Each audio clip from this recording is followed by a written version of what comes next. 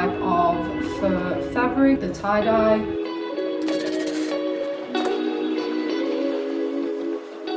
I will be spending the rest of the evening lint rolling.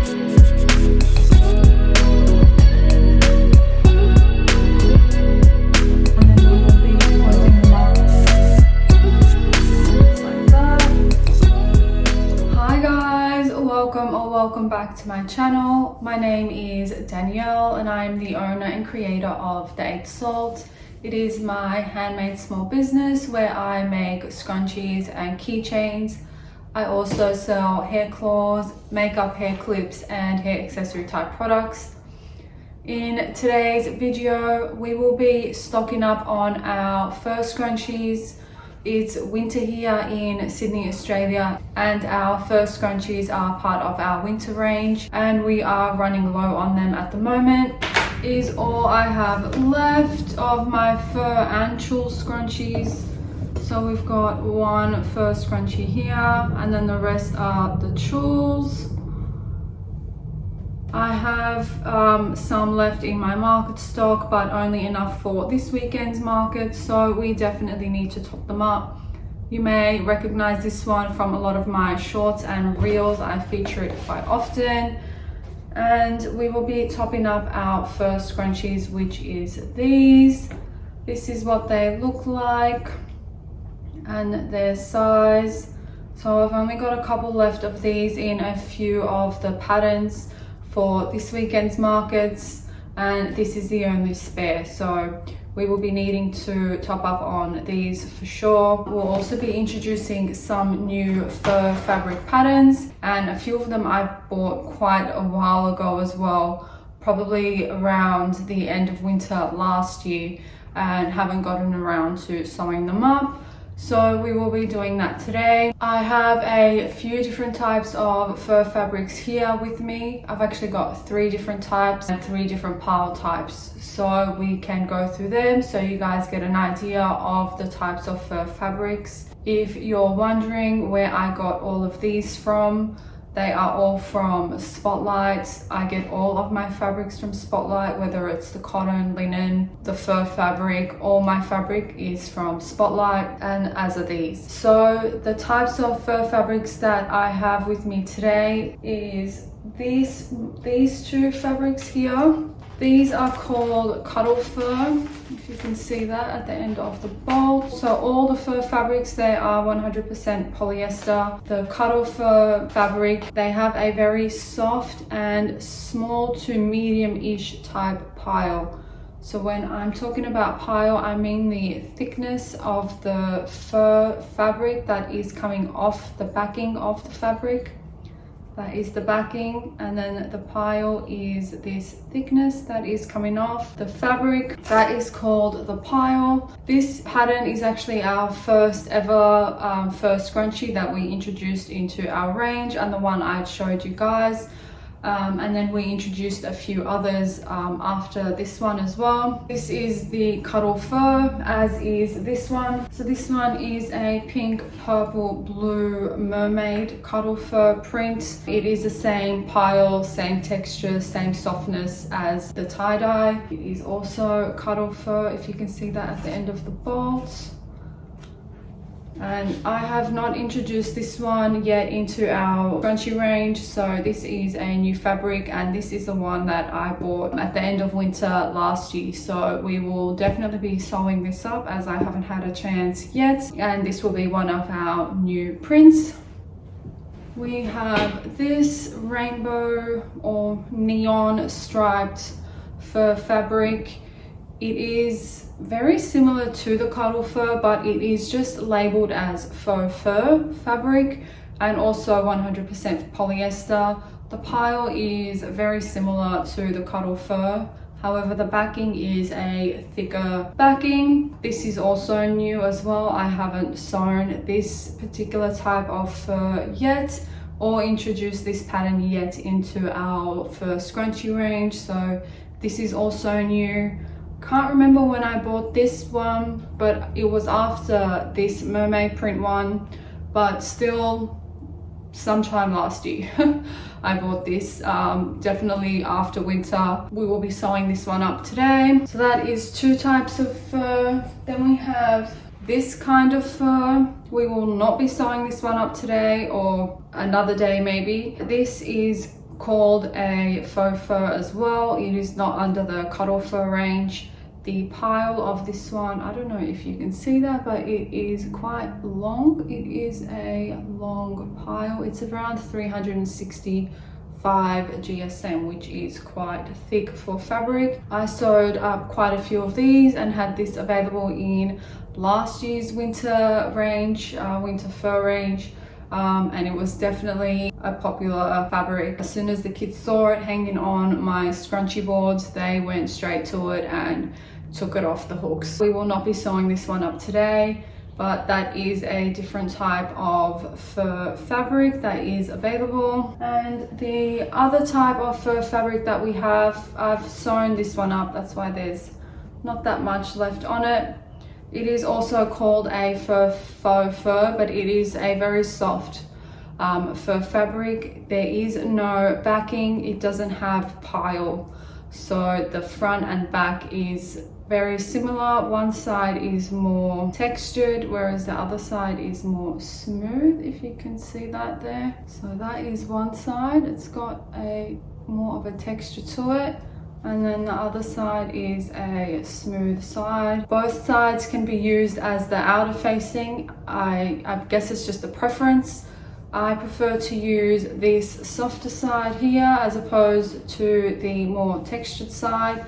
However, it is more of a preference as both sides can be used. This pattern is what I have left available in my market stock, so we most likely won't be sewing up any of these today, but this is the other type of fur fabric that you can get as well. We are going to get cutting these and then start sewing them. I do have them on the bolts. I bought most of them on the bolts as I just bought what was left. We might be taking some of them off to cut them if they are getting a bit too big for my cutting mat, but we will see how we go.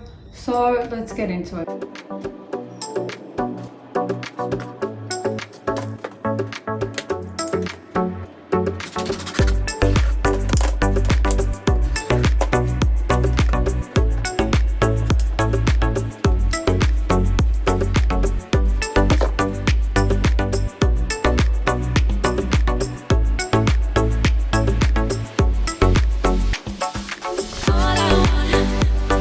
All I want,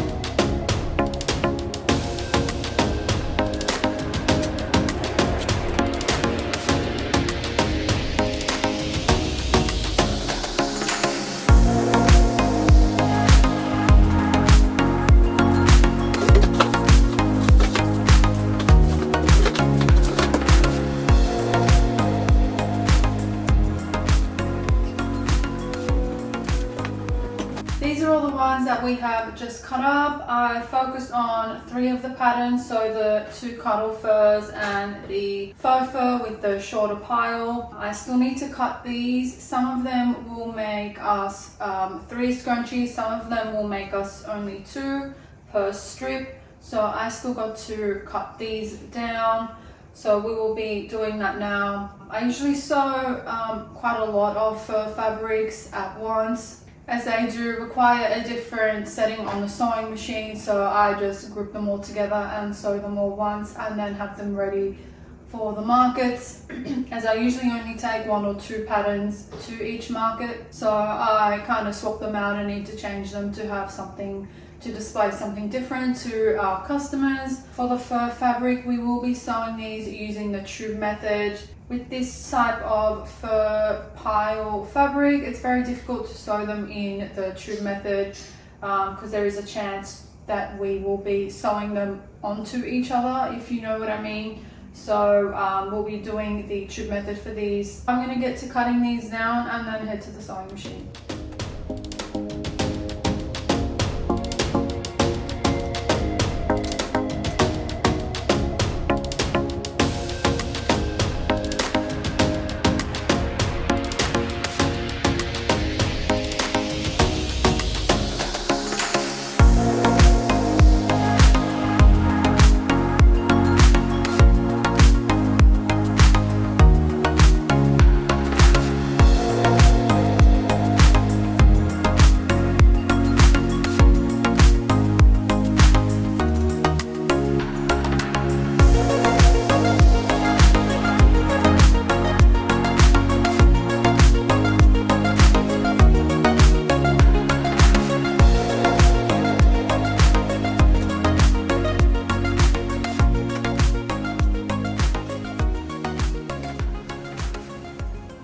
These are all cut up now in the individual strips.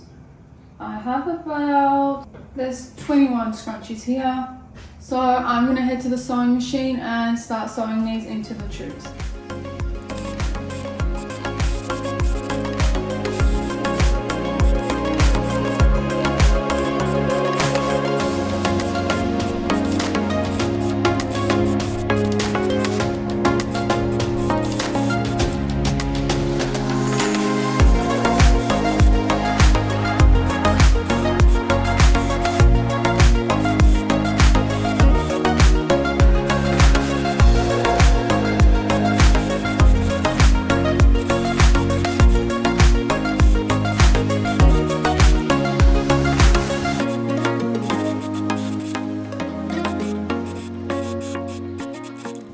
These are all now sewn up in the tubes. As you may or may not have seen with this the neon stripe fabric. So this fabric, it's not the hardest fabric to sew, but it is time consuming. And as you can see with this one, it's sort of, I don't know what happened there.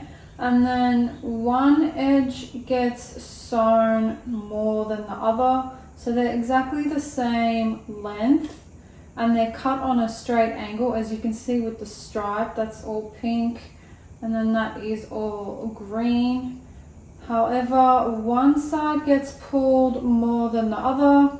Not sure if it's because this is quite smooth and slightly slippery, but that happened to all of these neon striped fabrics. I'll show you another one.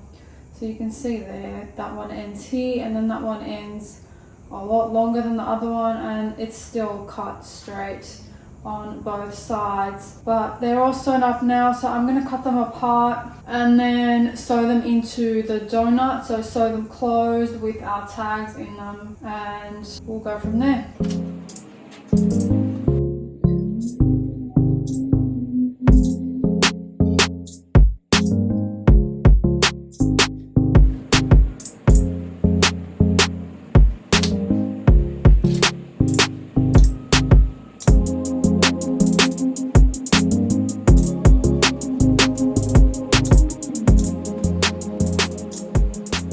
We also need to turn these out before we sew them closed into the donut, so I'm going to do that first.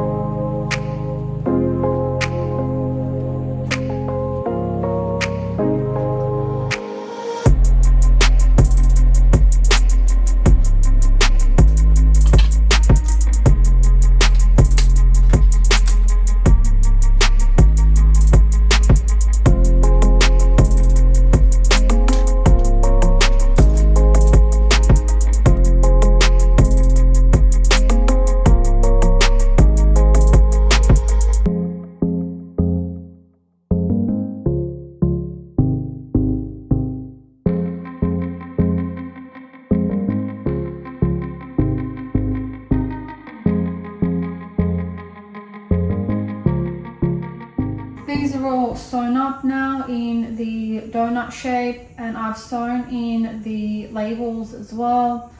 I still need to cut them all apart and then pull them through, and then we will be threading them with the elastic.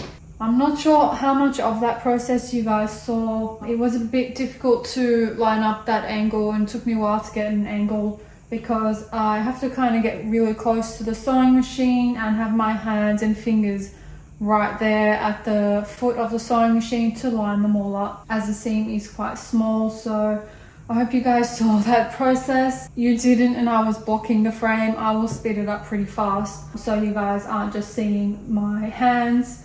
But I'm gonna cut these all apart and then thread them with the elastic. I'm not sure how much elastic I've got here that's cut up, and if that should be enough for these, but we will cut up some more if they're not enough, and then we will be closing them up and sewing the final seam.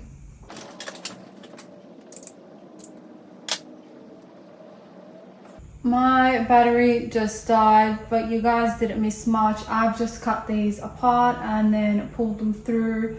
So we now have these donut shapes for all of them. As you can see, even though we sewed them up using the tube method, we still ended up with a donut circle shape, which allows us to thread our elastics through because there is no seam blocking the elastic. With all our methods of scrunchie sewing, we do end up with this donut shape at some stage of the process making. Some methods thread the elastic through with the tube method and then sew the seam shut over the elastic. I personally don't like that type of scrunchie. I don't like the feel of it in my hair, and I don't like the look of it on my wrist.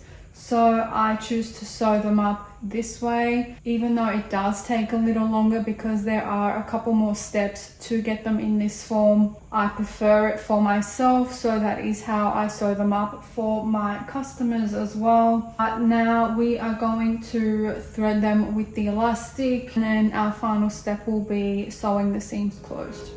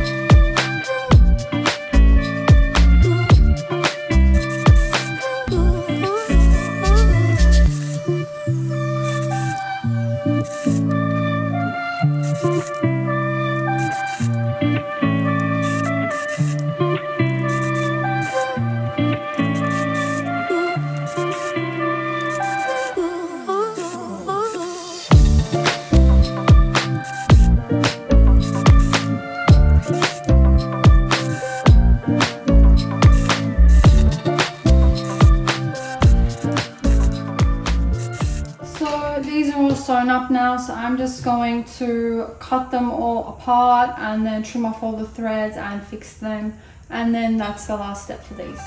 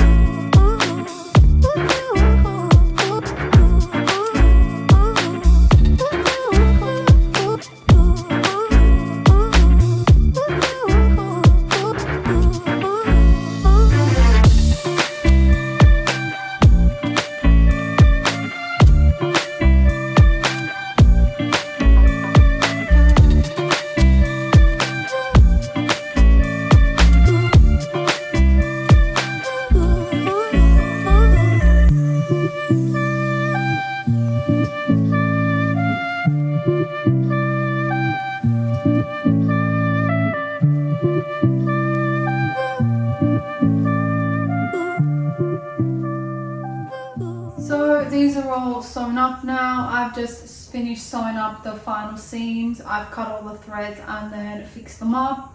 So this is our OG pastel tie-dye scrunchie, and then this is one of our new ones, the neon rainbow print.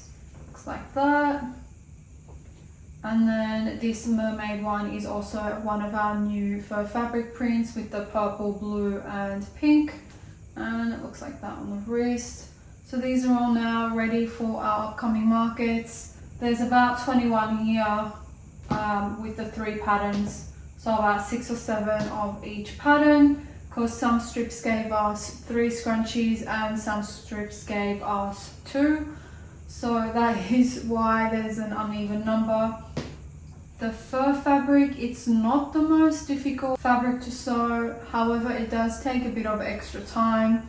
With any type of pile fabric, lining up the seam can be a little tricky because it gets hidden by the pile, by the fur of the fabric. They do require some practice to get the hang of sewing these, and they also need some certain settings or specific settings on the sewing machine to get this type of fabric sewn up. They do take a bit of time, but they are possible and they do look pretty cute. So they're all now prepped and ready. I'm sure you can see the fibers flying around. There's quite a lot of them. I will actually show you guys what I look like and what the floor looks like after cutting these and sewing them. Guys, this is what I look like. I wore tights, which I shouldn't have, so now I am covered in lint. There's the difference. Okay, I will be spending the rest of the evening lint rolling everything. Jumper's not too bad. I don't know if you can see all that flying in the air. I will be spending the rest of the evening. If you've noticed a bit of change in the lighting, that is because I put the down lights on because the sun is setting at the moment. It's about 4:35 p.m. and because it is winter here, the sun sets quite early. By about 5:30 it's quite dark, so that is the reason for the change in lighting. But I will be spending the rest of the evening cleaning up all of these. Make sure to like and subscribe to my channel so you get a notification for when I upload my next set of videos, and I'll see you guys in the next one.